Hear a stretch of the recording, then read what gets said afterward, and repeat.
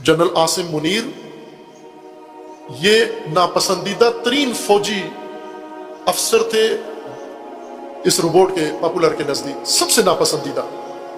اور ناپسندیدگی کی وجہ یہ تھی کہ جب یہ شخص حکومت میں آیا 2018 میں، general Asim Munir I S I کے ڈائریکٹر جنرل تھے.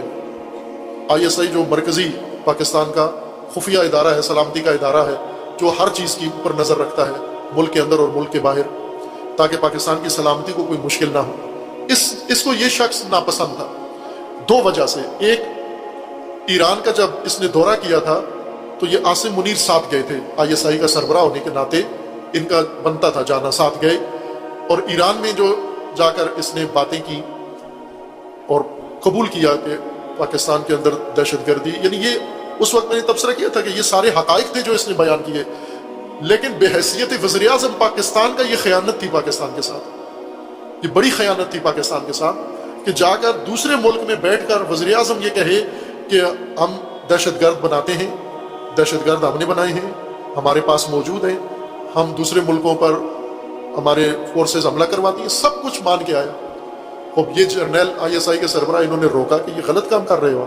یہ نہیں بنتا کہ ایک میڈیا کے سامنے اوپن جگہ پر آ کر ایک ملک کا وزیر اعظم اپنے ملک کے خلاف یہ سب کچھ کرے. کوئی بھی نہیں کرتا. کسی ملک کے اندر اگر غلطی ہو بھی رہی ہو تو وہ باہر جا کر اس کو تسلیم نہیں کرتا کہ ملک کے لیے بڑی مشکل ہوتی ہے.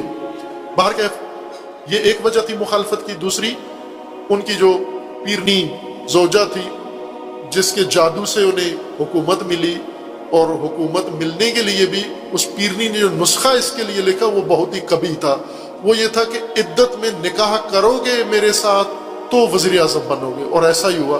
عدت کے اندر، عدت ختم ہونے سے پہلے نکاح کیا انہوں نے، یہ حرام کام، جرم کام، اور پھر وزیر اعظم بنے. اور ان کا یہی اعتقاد تھا کہ اس عورت کی وجہ سے مجھے وزارت عظمیٰ ملی ہے. چونکہ اس عورت کو بشارت ہوئی تھی، رسول اللہ نے دی تھی کہ تو اپنے شوہر سے ہٹ کے اس کے ساتھ جا اور وہ بھی عدت میں نکاح کر. تو پھر یہ بشارتیں.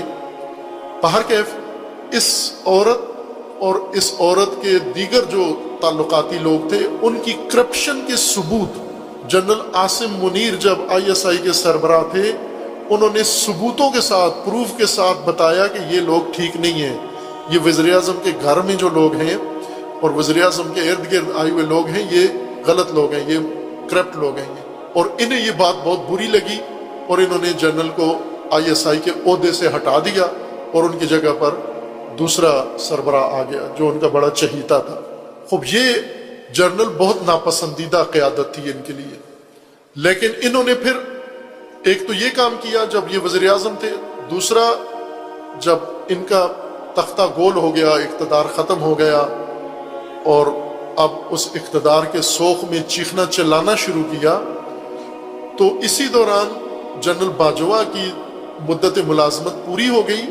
نیا قائد چننا تھا. نیا قائد چننے کے لیے اس جماعت نے اور اس شخص نے، اس گروہ نے، اس ٹولے نے ایڑی چوٹی کا زور لگایا کہ جنرل عاصم منیر فوج کا سربراہ نہ بنے کسی قیمت پر. پورا زور لگایا. اس کے پورے ثبوت ان کے پاس موجود ہیں کہ یہ شخص نہ آئے. انہیں پتا تھا کہ یہ شخص اگر آیا تو پھر ہمارے لیے بہت برا ہوگا. اب یہ وہ جرنیل بھی نہیں تھا جس میں کوئی کمزوری ہو جس کو یہ خرید سکے، جیسے فیض حمید تھا، جیسے قمر باجوہ. اس طرح کا بھی نہیں ہے یہ جرنیل. اس سے خوفزدہ تھے، شدید خوف تھا ان کے اندر. لرزتے تھے، کانپتے تھے عاصم منیر نہ آئے اقتدار میں. لیکن آ گئے عاصم منیر بالآخر، جیسے تیسے تھا وہ. بلکہ ان کی مدت ملازمت اس دن ختم ہو رہی تھی جس دن ان کو قائد بنایا گیا افواج کا. اور 3 سال جب ترقی ہوتی ہے کسی فوجی کی تو 3 سال اس کی مدت ملازمت میں اضافہ ہو جاتا ہے جب اس عہدے کے لیے، چیف کے لیے. یعنی اس دن اگر یہ چیف نہ بنتے تو اسی دن انہیں وردی اتارنی تھی، فوج سے بھی رخصت. لیکن اس وقت کی جو لوگ تھے انہوں نے بالآخر جو بھی، مجھے نہیں پتا کہ اس میں سیاسیوں کا کتنا دخل تھا اور اس میں افواج کا کتنا دخل تھا. باہر کیف انہوں نے جنرل عاصم منیر کو فوج کی قیادت کے لیے چن لیا. اور اسی وقت سے ان کے مشکلات شروع ہو گئی. اسی وقت سے انہوں نے پینترے بدلے. اب اندازہ ہو گیا تھا انہوں نے کہ ہمیں نقصان ہوگا شدید۔ انہوں نے یعنی جنرل عاصم منیر کو فوج کا رہبر بننے سے نہیں روک سکے، تو اب جنرل عاصم منیر کو کردار کشی یا فوج سے نکلوانے کے لیے انہوں نے کوششیں شروع کی۔ یہ جو 9 مئی کو واقعہ ہوا، وہ اصل ماجرا پیچھے داستان یہ ہے، یہ کہانی